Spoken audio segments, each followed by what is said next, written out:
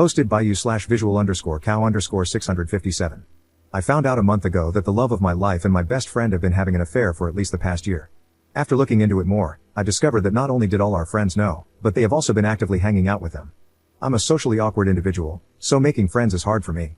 I met all of them through my best friend, so I guess it's natural they chose him over me. I hate all of them.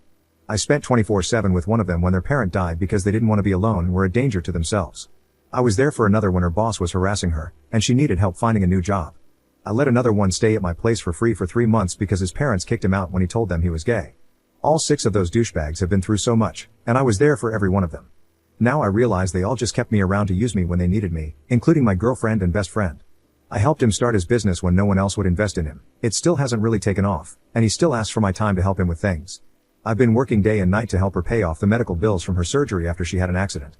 I've been out of the house for a few months because my mother was sick, and I needed to help her, but I still commute back 10 hours every weekend to make sure my girlfriend is doing alright. I went through her phone and saw all the pictures, flirty messages, and group chats.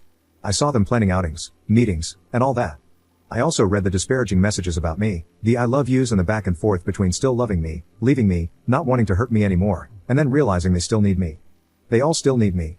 I was pissed, and I was so angry, I scared myself. The thing about being the go-to guy for help, and being the quiet one, is that people trust you.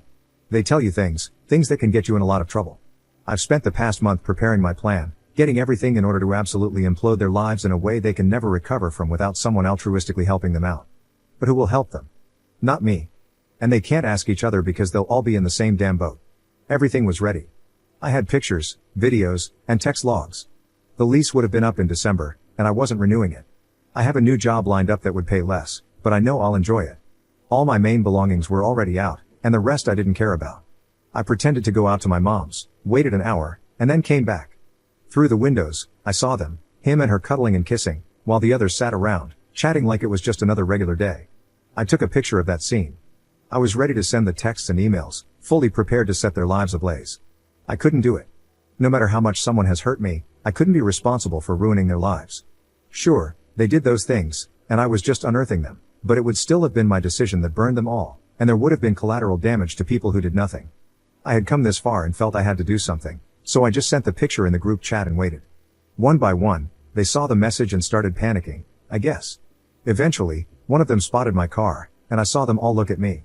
I don't know what was going through their heads, panic, regret, guilt, sadness? Who knows? I started my car, and as I began to drive off, my ex came running out, barefoot in the cold, moving as fast as she could despite her condition. I don't know if she was crying from guilt or regret, but I didn't care. I drove off to my mom's. They called me countless times and sent thousands of messages. I used to read every one, and with each, I felt less for them. The messages went from asking for forgiveness to anger, to groveling, and eventually to questions about how they would handle all the things I used to do for them. I don't care. I'm getting a new number on Monday. I still get a new sobbing voicemail from my ex every 20 to 30 minutes, begging me to come back. I get texts from my ex-best friend, telling me to come back and beat him up, saying he'd sell everything he owns and give it to me. My friends are apologizing for their parts and asking to be pals again. I don't know what drives this, but they know I've read some of their messages. I think I'm over it. I don't feel angry anymore, and I'm glad I didn't stoop to their level. It would have never been satisfying for me. Update 11 months later. Hi everyone. I happen to remember this account, so I decided, why not update you all? First of all, my mom is doing much better and is even preparing for a 5K. Her goal is to complete one by 2025. Thank you for all your well wishes. As for me, I wish I could say everything is going great and that I'm doing amazing, or that my ex-friends and ex-girlfriend are doing terribly and are destitute. But life isn't a movie or a storybook, and things don't always work out the way we'd like them to. But it can get pretty close. I'm doing amazing.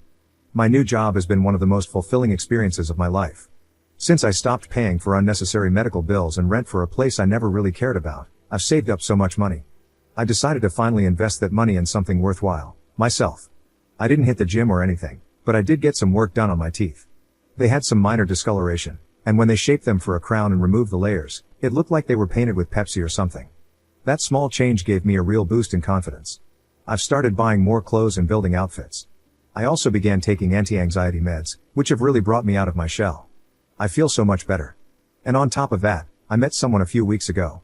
We've just been talking through text, but it seems to be going well. I don't really know what's going on with the people I left behind. I've heard some rumors, but they came from a long chain of people, so I don't really trust them. Supposedly, my ex and ex-best friend are having a baby, which has caused financial issues for them, especially with the medical debt and a struggling business venture, but somehow they're making it work. The girl I helped get a job was apparently caught in an affair with her boss, who may or may not be married, it's unclear.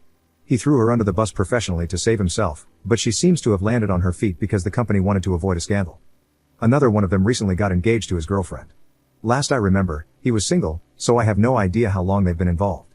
The guy I housed for 3 months is doing fine too, but there's talk that he may have contracted an STD from one of his one-night stands. I have no information on the last guy. So, a mixed bag of good for me and a little bad for them, but nothing terrible, just normal life issues. I guess it's as close as one gets to karmic justice. The last contact I had with my ex was an email 6 months ago. She detailed how sorry she was about the fallout from her actions. She explained that she had fallen in love with him while still loving me and didn't know how to navigate that. It was a rough time for her, as she relied on me so much that it made her resentful, and something about being with him made her feel more in control.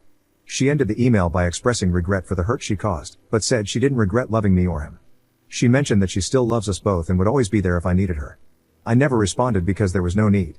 I can understand her perspective. It doesn't mean I condone her actions, but I can somewhat forgive her and move on from this for good. Humans are complex, and so is love. Sometimes, we end up hurting the ones we love the most. While I don't like her or what she did, I believe she truly loved us both.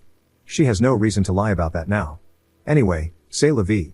Have a good evening, everyone, and don't spend any energy getting upset on my behalf. Commenter. I think the photo was the right move. It left them all scrambling, sending messages as terrible people trying to save themselves.